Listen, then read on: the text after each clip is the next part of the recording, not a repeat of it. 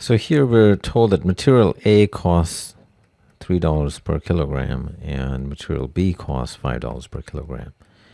And we're told that 10 kilograms of material K consists of X kilograms of material A and Y kilograms of material B. So that means X plus Y is 10. So that's the first relationship. And the question is X greater than Y? So in the mixture, is there more of material A than material B?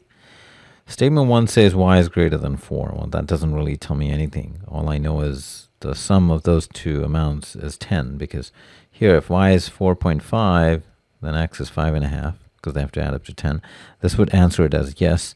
If Y is 7, X is 3. Now the answer to that question is a no. So we don't have a definite answer to the question. So 1 alone is insufficient. Now 2 says the cost of 10 kilograms of material, so the cost is less than $40. So there are two ways we can do this problem. This second statement. The first is the cost for X kilograms of material A would be the cost per kilogram times the amount, which is X kilograms, plus the cost of material B would be 5Y. And the condition is this is less than $40. So that's the relationship. But if you think in terms of using a weighted average approach, we're looking at 10 kilogram of material. And we have, let's say, on one extreme, material A, material B, this costs $3 per kilogram, and this costs $5 per kilogram. So if the entire mixture was material A, the cost would be $30, because we have 10 kilogram, each kilogram is $3 per kilogram. If the material K was all made up of material B, then the cost would be $50. And you would see that if we use half and half, 5 and 5 would be just right in the middle, the average, which is $40.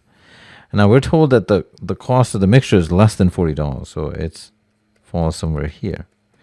And that means for that to happen, I would have to have more of material A than material B, which means X is greater than Y. So we have a definite yes. So 2 alone is sufficient. So that's one way to do it, sort of conceptually. The other is doing it algebraically. So we have this relationship, 3x plus 5y is less than 40. And we also know x plus y is 10. So I can express y in terms of x. Y is 10 minus x. And I'll replace that in this inequality and see what it says about x. So I have 3x plus 50 minus 5x. And then I subtract 40 from both sides. This is 0. That's 10. So plus 10 less than 0. This is minus 2x. And then I add 2x to both sides. I get 10 is less than 2x, or 2x is greater than 10. Divide both sides by 2. I get x is greater than 5.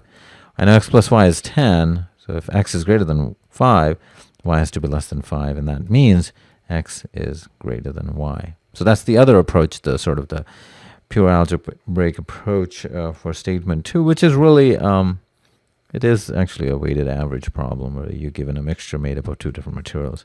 But you can take either approach depending on your preference. But statement 2 alone is sufficient. The answer is B.